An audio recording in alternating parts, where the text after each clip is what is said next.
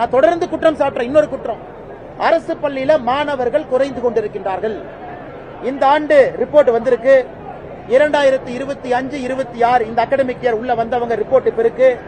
அதுல பாத்தீங்கன்னா அரசு பள்ளியில வெறும் 37% மாணவர்கள் தான் தமிழகத்தில் அரசு பள்ளியில படிக்கிறாங்க.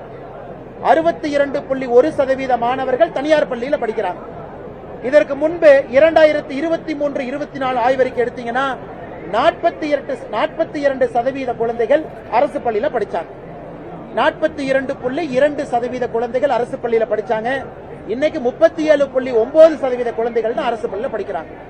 திமுக அரசு வந்த பிறகு கடந்த 3 ஆண்டுகள்ல மட்டுமே 5% குழந்தைகள் அரசு பள்ளியில குறைந்து தனியார் பள்ளியில அதிகமாக இருக்கிறாங்க.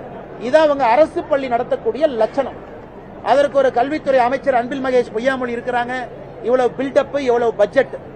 அரசு பள்ளியை உங்களால காப்பாற்ற முடியல, அரசு பள்ளியில தரத்தை கொடுக்க முடியவில்லை என்றால் எதற்காக சமக்கல்வி, சமூக நீதி கல்வின்னு எதற்காக வாய்களையே பேசுறீங்க?